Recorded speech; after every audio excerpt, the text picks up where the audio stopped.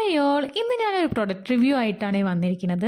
ഇത് ഞാൻ ഫ്ലിപ്കാർട്ടിൽ നിന്ന് മേടിച്ച ഒരു ഓർഗനൈസറാണ്. 4 കമ്പാർട്ട്മെൻ്റ് ആയിട്ടുള്ളത്.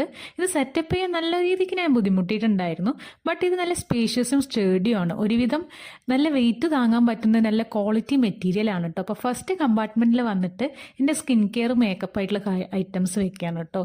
അപ്പോൾ ഏറ്റവും ബാക്കിൽ ഞാൻ അധികം യൂസ് ചെയ്യാത്തതും ഏറ്റവും ഫ്രണ്ടിൽ ഞാൻ അധികം യൂസ് ചെയ്യുന്ന സംഭവമാണ് കേട്ടോ ഞാൻ വെക്കുന്നത്. നിങ്ങൾ കണ്ടല്ലോ, ഇത് അത്യാവശ്യം സ്പേഷ്യസ് ആയിട്ടുള്ള കമ്പാർട്ട്മെൻറ്റ്സ് ആണ്. ഇത്രയും സാധനങ്ങൾ വെച്ചിട്ടും എനിക്ക് ഇനിയും സാധനങ്ങൾ വെക്കാനുള്ള ഗ്യാപ്പ് അതിലുണ്ട്. അപ്പോൾ ഞാനിത് ഫൈനലായിട്ട് എൻ്റെ പെട്ടെന്ന് യൂസ് ചെയ്യുന്ന മേക്കപ്പ് പ്രോഡക്ട്സ് വെക്കുകയാണ്.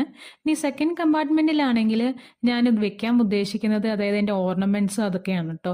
അപ്പോൾ അതൊക്കെ ഓർഗനൈസ് ചെയ്ത് വെച്ചിട്ടുള്ള ഓരോ ബോക്സസ് ഞാനിങ്ങനെ അടുക്കി വെക്കുകയാണ്. അതിൽ അധികം യൂസ് ചെയ്യാത്തത് നേരത്തെ പോലെ ബാക്കിലും പെട്ടെന്ന് യൂസ് ചെയ്യുന്നത് ഫ്രണ്ടിലുമാണ്.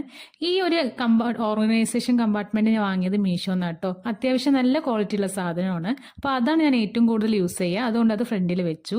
ഇനി മൂന്നാമത്തെ കമ്പാർട്ട്മെന്റ് അത്യാവശ്യം നല്ല വലുപ്പമുള്ള ഒരു ഹോബോ ബാഗ് ആട്ടോ വെക്കുന്നത്. ഈ ബാഗും അതിന് പോരമത്തെ വേറെ ഒരു ടോട്ട് ബാഗ് ഇതിൻ്റെ ഉള്ളിൽ കൊള്ളുമായിരുന്നു.